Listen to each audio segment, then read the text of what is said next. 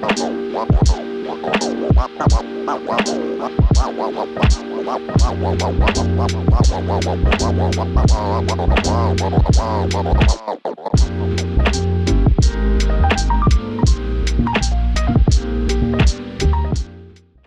wanted to ask you about the MRTA, which when you guys were passing it, I'll never forget, you stood up and you talked about your desire for this legislation to be a model for the other states. And it from what I see, it really is the smartest state level legislation on cannabis that I've seen. And I wonder if you could just talk for a minute about some of your favorite nuances of the legislation and what are some of the most important nuances to you?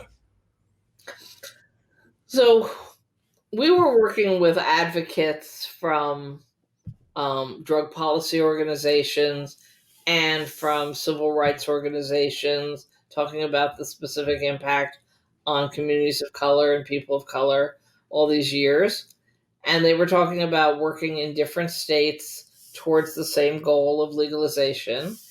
And their messaging was really clear that they were hoping that along with legalization of marijuana, there would be some effort put into undoing some of the harms that happened and even investing money from legalized marijuana in the communities that paid the price for prohibition. And they talked about it in a variety of ways. One, of course, decreasing the criminal penalties affiliated with cannabis completely. And it's like, okay, in my checklist, we did that.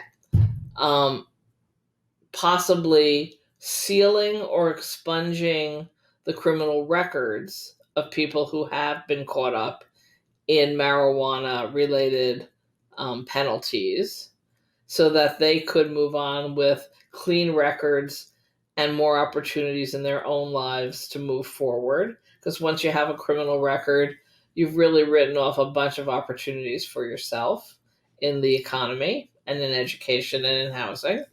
And so we looked into it and concluded we wanted to go for expungement of the records, and we wanted to do it centrally, because it's one thing to say, okay, you can go and find a lawyer, go to court, find a trial date, get a judge to sign off on the expungement and clean your record. But if you do it individually, first off, you have to be able to afford afford a lawyer. You have to take up the time of the courts. And we looked at the number of people in New York State who'd been arrested for marijuana low-level related penalties over decades, and was like, wow, it'll be 3,021 and we'll still be working at expungement. So we focused hard on, can we do centralized expungement where the government's Office of Criminal Justice and the Office of Court Administration basically coordinate, cross-reference their computers. Like, okay, here's everybody in the system under these criminal penalties. Let's press a button over here and expunge their records. Boom, they just all be expunged. So we think we have a system in place that's going to allow that to happen for the vast majority of people with criminal justice records that are marijuana specific. There are some more complicated cases. Sometimes marijuana got mixed in with another charge of some kind. So there will still be people who need to deal with this on a one-on-one basis, but the vast majority, it will be a centralized system, clean the records, they're good to go. Then we heard about desire to make sure that there's an investment in the communities that were hit the hardest. So written into this law in New York, year in, year out, after you first pay for the operation of the agency and the different functions that have to make sure get taken care of, then the revenue from taxation will get split up in a formula way First, 4% will be sales tax that goes to the local governments.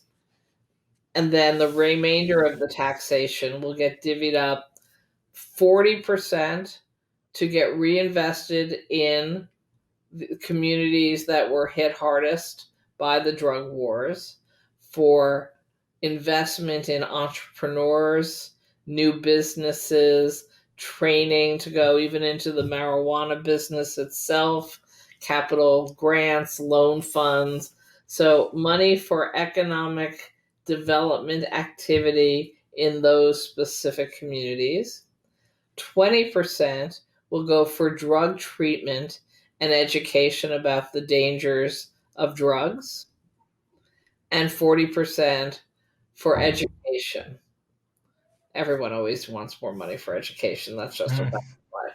So we built that in. Then we also built in, and 50% of the licenses will have to go to social equity applicants. And those may be people of color, women, disabled veterans, low-income farmers, because agriculture is a big part of cannabis. It's not just urban issues. So we are actually mandating that half of our licenses go for these purposes, and we created a chief equity officer for the agency whose job will be to make sure we stay on target both for distribution of licenses and for the distribution of the 40% of funds to these communities every year. And so other states talked about it, and they even wrote something into their law about it, but they didn't put any money behind it, and they didn't put any mandates on equity. And we built it all into the law. So I think when people say, what did New York do that nobody else is doing? That old line, we didn't just talk the talk, we walked the walk.